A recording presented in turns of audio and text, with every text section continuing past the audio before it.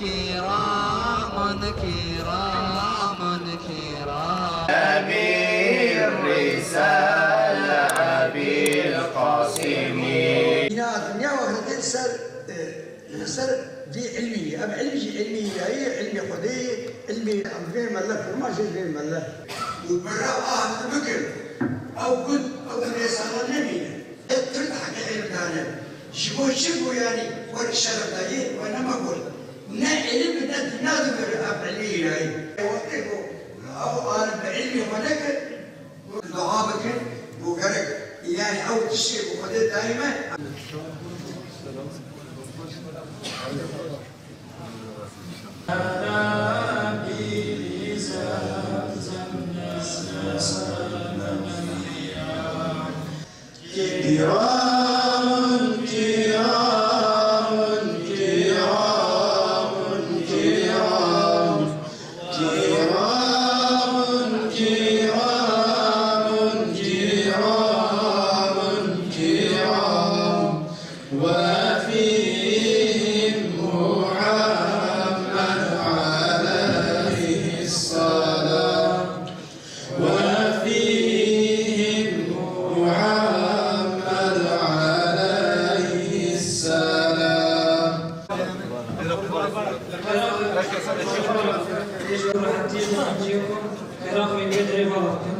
Yıl önce bu medreseden Rabbim bizlere de Rabbim uzun ömür versin. Üstad-ı Selam Aleyhi'de biz de rahmet tedrisinden geçerek böyle bir icazet merasiminden geçmiştik. Mirasçısı olarak ifade etmiştir.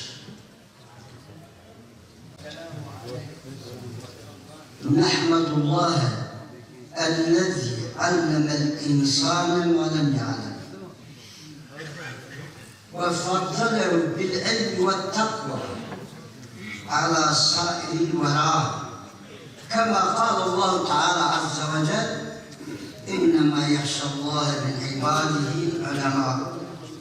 بشي شكل كلية وي شكل دوام بك يعني وقت تلقى عمل شو خاطري إنسان تتبكي تبقى رياكاري نجم خاطري إنسان وأنت حقا رياض الخلق أجمعين وأنت هادي الورى لله بالسلام. Buradaki medresemizde 44 tane öğrenci burada tahsil görmekte. Bugün icazı alacak olan öğrencilerimizin takriben 5 tanesi şu anda müderrislik yapıyor. Diğer bir hususiyet de hocamızın aralıklı olarak Haseki'deki program gibi her 2-3 ayda bir onları Arapça yazılı sınavından geçiririz. Tüm medreselerimize de bizim arzu ettiğimiz, talep ettiğimiz bir husus. İlim adamları, ilimle uğraşanlar, meleklerden sonra gelen erdemli insanlar.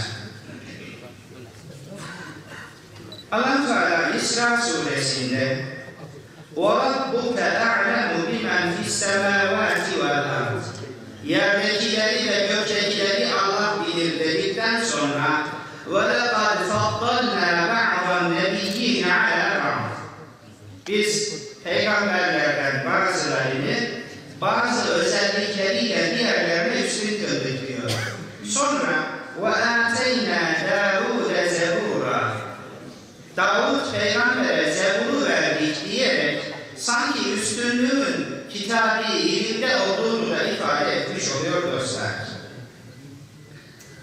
Evet, ilim öyle önemli. Hz. Süleyman'dan bahsetmezken Hz. Davud'un ilminden bahsediyor Allah ve önünde bazı peygamberleri diğerlerinin önüne çıkardı diyor. Demek ki mal varlığı değil, ilim varlığı daha önde olan bir güzellik. Asıl sahipten Peygamber Efendimiz'den alırsak ve akabinde kurulan devletlere ve en son Osmanlı vakıfında bir yere gidilmeden önce o bölgeye ilim insanlarının insanlarının gitti, öncelikle o bölgeyi gönülden fethetti. Akabinde eğer gerekirse Kılıçla fethinin gerçekleştiği dönemde biz tarih sayfalarında yaşandığını okuduk. Bugün itibariyle aslında durum böyle. Bizim ülke olarak 780 bin kilometre toprağımız var ve bu toprakta bize kafi başkasının hiçbir devleti toprağında gözümüz yok. Ancak asıl olan gönülleri fethedebilme bağlamında ilim insanlarına, gönül insanlarına hem bu bölgede hem gönül coğrafyamızda ziyadesiyle ihtiyaç var. Bakıldığında nerede bir gözyaşı varsa, nerede bir zulüm varsa maalesef o bölgeler aslında görevini gerçek anlamda yapamadığımızdan dolayı kaynaklanan bölgeler.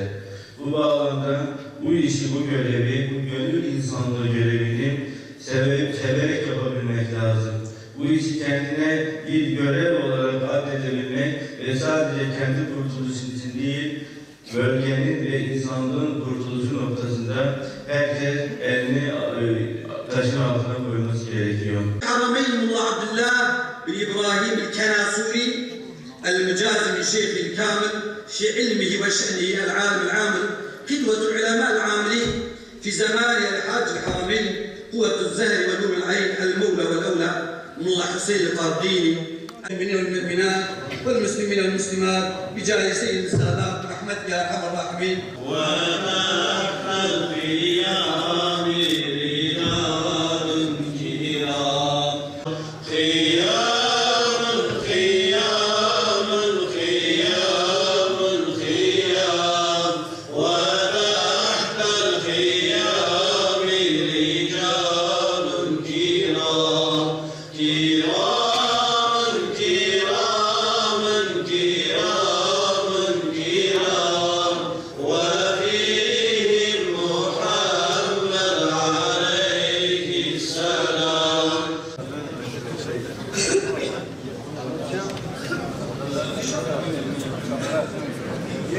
Heyecanlıyız, mutluyuz. Bütün icazet almayan arkadaşlara da Allah Azze ve Celle nasip etsin inşallah.